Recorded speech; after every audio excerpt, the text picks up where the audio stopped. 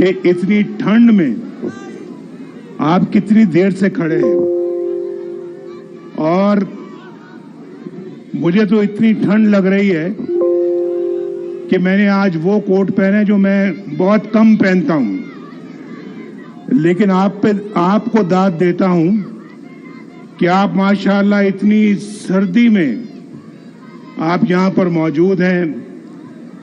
اور کل میں یہاں پہ مری پہنچا، راستے میں بہت ٹریفک تھی. حالانکہ پرانی سڑک تو یہ آ رہی ہے نا مری کی، اور مجھے بڑی اچھی طرح سے یاد ہے. اسامہ تو اس وقت چھوٹا ہوگا، ان کے والد محترم میرے بڑے اچھے دوست بھی تھے، بھائی بھی تھے. اور بس راجہ اشفاق سرور صاحب، اور ان کو معلوم ہے کہ سب سے پہلے پاکستان کی اگر کوئی خوبصورت ترین میٹل روڈ بنی تو وہ راولپنڈی سے مری کی بنی. یہ 1985 کی بات ہے. کب کی بات ہے؟ 1985، جب میں پنجاب کا وزیر اعلیٰ بنا. پنجاب کا وزیر اعلیٰ بن کے سب سے پہلا منصوبہ کون سا تھا؟ راولپنڈی سے مری ایک خوبصورت ترین میٹل روڈ. اس سے پہلے دیکھیں، میں مری بہت دیر سے آ رہا ہوں، مری میرا دوسرا گھر ہے، بڑا پیارا لگتا ہے مجھے مری، اور مری کے لوگ بھی بڑے پیارے لگتے ہیں مجھے. یہ دل سے باتیں نکل رہی ہیں، دل سے. میں دل سے کہہ رہا ہوں، آپ سے مجھے بہت پیار ہے، بڑی محبت ہے. اور